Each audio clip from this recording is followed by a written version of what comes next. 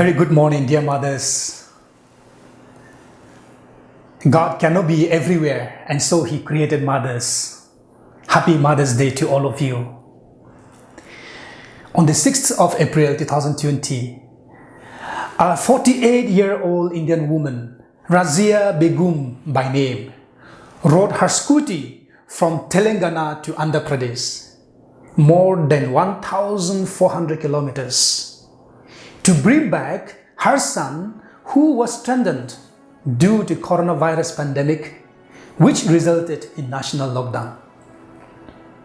She drove 23 hours, more than 23 hours, day and night. And she stopped only at oil pumps to let scooty cool down while she took her roti and sabji which she has packed. On reaching the village, she rested from 2:30 a.m. From 2:30 a.m. to 4 a.m. because she didn't want to disturb her son in the middle of the night. She didn't send her eldest son or someone else to go instead of herself because police will not allow men to travel. She didn't take her car because during the lockdown, police may object to four-wheelers vehicle. She didn't know the route. She has never traveled that route. She don't know the road. Yet she set out the epic journey without informing anybody because nobody would have allowed it. She exposed herself to all kinds of dangers, including risking her life because she loved her son. When returned, all were amazed, and some media persons call her hero. She said that she was no hero. She said she was no hero, just an ordinary mother, just a regular mother who loved her son. She said, despite the long journey, discomfort journey, it was my love for my son that kept me going. It was my love for my son that kept me going. And she said, I will repeat it all in a heartbeat. She said she is ready to repeat. She is ready to go many times, 10 times, if needed to bring back her son. She said she is no hero. True, she is no hero. Because this is, for mother, this is just one act. For mother, this is just another act.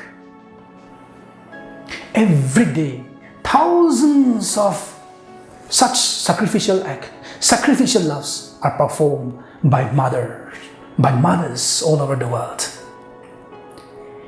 All of us have similar experiences. The unexplainable love of our mother. For mother, there are no limits, no boundaries, no rules and regulations, no protocols when it comes to loving, protecting her children. Her love transcends everything. She will be ready to bear any hardship, pain and shame, and even ready to give up her life. And many have done even that. We know in our families, most mothers go without basic necessity of life in order to give us better future, brighter future, and better life. Mothers will go hungry. Mothers will be the last person to take meals last person to go to bed, and the last person to accept any privilege and credit, but the first person to rise for work,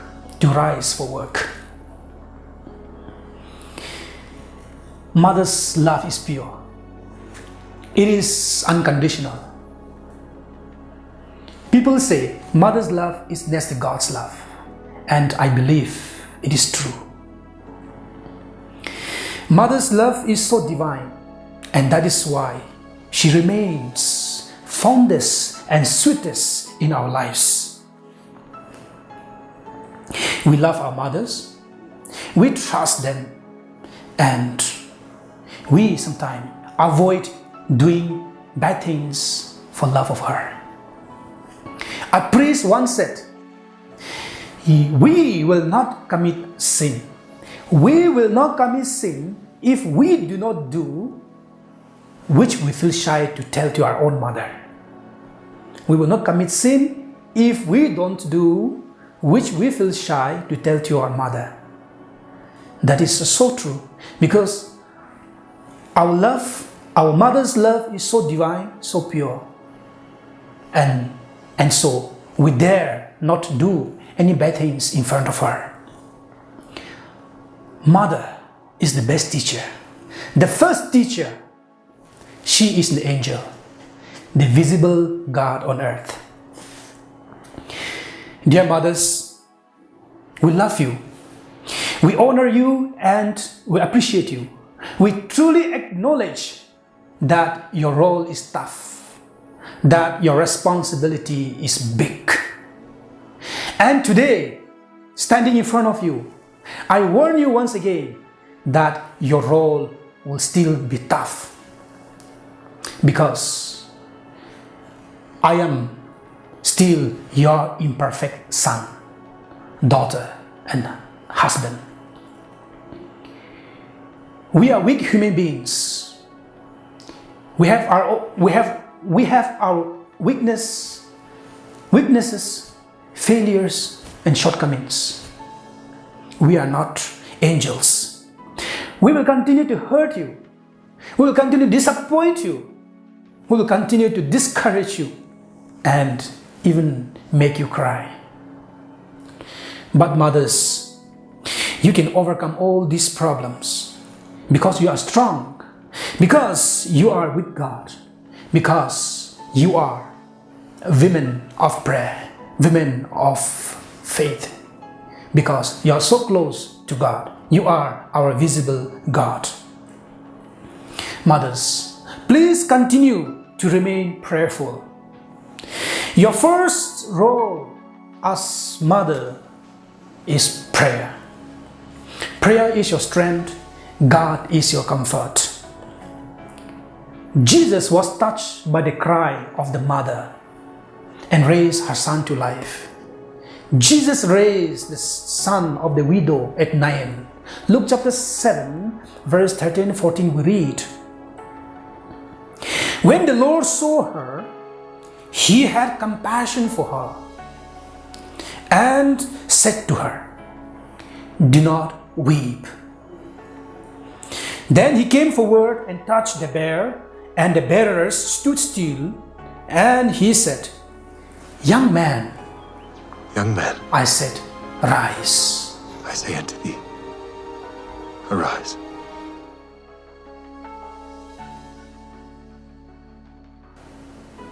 It was the cry of the mother that moved the heart of God.